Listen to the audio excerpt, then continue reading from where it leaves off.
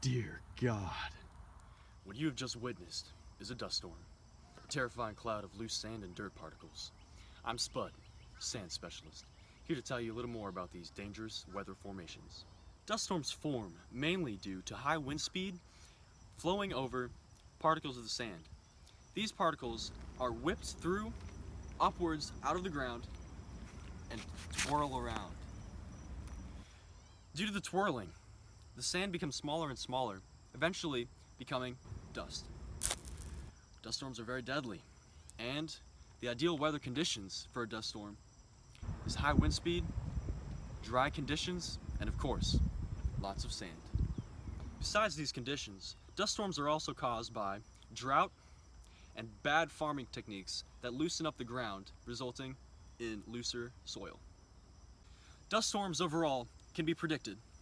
Scientists look at the wind speed and the area that wind is flowing over, and overall the conditions of the air and environment. We now go live to my colleague, Dick Johnson, to talk a little more about how to protect yourselves from these terrible weather conditions. Dick Johnson here. Thanks, Bud. Here are some important tips that can likely save your life in a dust storm. First, make sure that if you are near the roads, go away from them. If you're driving, pull off the road and turn off your lights. If you have nowhere to pull over, make sure your lights are on and travel at a slow, safe speed. And now my correspondent Spud will show you how to drive safely during a sandstorm. Oh my God, what is he doing? He's gonna die! It is always important to protect your face and any unexposed skin so you don't get scraped by the sand or dust. Go goggles and hats. We now go live to our in-country analyst, Vladimir. Vladimir here. Thanks, Dick. During the Dust Bowl in the 1930s, the U.S. government had two responses to the dust storms.